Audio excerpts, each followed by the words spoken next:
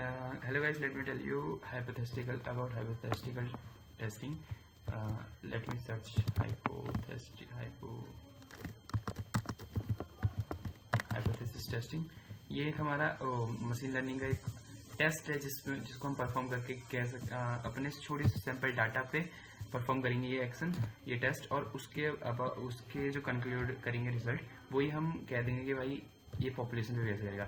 सी यहाँ पे चीज़ ऐसी है ना कि हम छोटे से सैंपल पे वर्क करेंगे, टेस्ट करेंगे, और बड़ी सी लार्ज पॉपुलेशन पे हम काम करेंगे।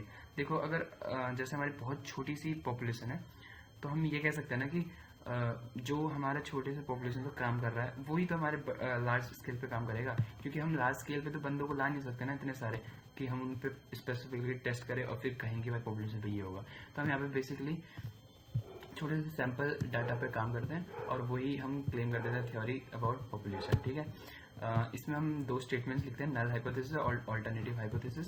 नल हाइपोथेसिस में हम कहेंगे कि भाई कुछ भी डिफरेंस नहीं होगा जो हमारे सैंपल में जो कंक्लूड आएगा और जो हमारे पॉपुलेशन का रिजल्ट होगा उनमें कोई भी डिफरेंस नहीं होगा। लेकिन दूसरा स्टेटमेंट होती है अल्टरनेटिव हाइपोथेसिस, जो नल हाइपोथेसिस का जस्ट उल्टा होता है, डिफरेंट होता है कि उनमें पॉपुलेशन के सैंपल डाटा में और पॉपुलेशन के डाटा में डिफरेंस आएगा, ये हम कहता है अल्टरनेटिव हाइपोथेसिस। फिर हम बेसिकली टेस्ट परफॉर्म करते हैं। इसमें 4 तरीके के टेस्ट होते हैं, सबके बारे में तो नहीं बता सकते अभी, बट हाँ बेसिकली अगर तुम्हें जानना कि कितने तरीके के टेस्ट होते हैं तो how many types of hypothesis testing आ जाएगा। तो बेसिकली 6 तरीके के होते हैं। ये एग्जाम्पल नहीं है, ये कुछ और है, इट इज़ नॉट हाइपोथेसिस थी, वो टेस्टिंग डालेंगे ना ये आएगी। बेसिकली 3 तरीके के होते हैं, जी टेस्ट, टी टेस्ट और chi-square टेस्ट, 3 ही होते हैं। ठीक है, अभी ये टेस्ट में भी ना एक 1 टेल हो सकती है, 2 टेल हो सकती है। 2 टेल और 1 टेल से क्या कहना चाहता हूँ मैं, एनोवा टेस्ट भी होता है, लेकिन ये use to compare the means of 3 और डिफरेंट ग्रुप्स। 1 टेल और 2 टेल एक्सप्लेन कर देता हूँ मैं आपको। 2 टेल टी टेस्ट, इसमें जनरली हम 2 टेल ले लेते हैं ग्राफ की। ये बेसिकली हमारा सबके लिए ग्राफ यही रहेगा सारे टेस्टिंग के लिए, जिसमें अगर हम 2 यूज़ कर रहे हैं ना टेल्स तो वो 2 टेल टेस्ट कहलाएगा, और अगर हम एक यूज़ कर रहे हैं तो वो 1 टेल टेस्ट कहलाएगा। इसमें हम क्या कहते हैं कि अगर हमारी ये जो वैल्यू होती है ना, ये पी वैल्यू होती है, और ये जो वैल्यू होती है पी वैल्यू होती है।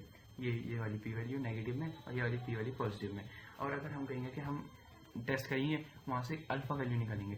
अल्फा वैल्यू अगर हमारी इस पॉइंट जो भी हमारा पी वैल्यू है उससे ग्रेटर आ गई तो हम रिजेक्ट कर देंगे नल हाइपोथेसिस को, और अगर हमारी ये पी वैल्यू से कम आ गई तो हम रिजेक्ट कर देंगे नल हाइपोथेसिस को।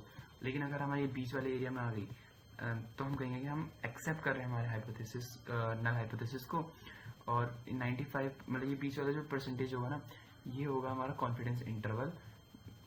ठीक है, ये डायग्राम है 2 टेल वर्सेस 1 टेल का। 1 टेल एक ही पी वैल्यू रहेगी और 2 टेल में 2 पी वैल्यू रहेगी, बीच वाला हमारे रहेगा कॉन्फिडेंस इंटरवल।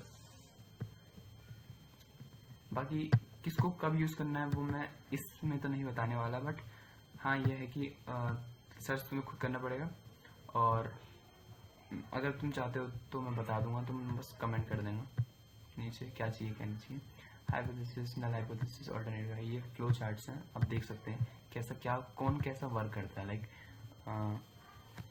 ये एनोवा टेस्ट, मीन, वेरिएंस। ठीक है, देख लेना तुम लोग खुद से।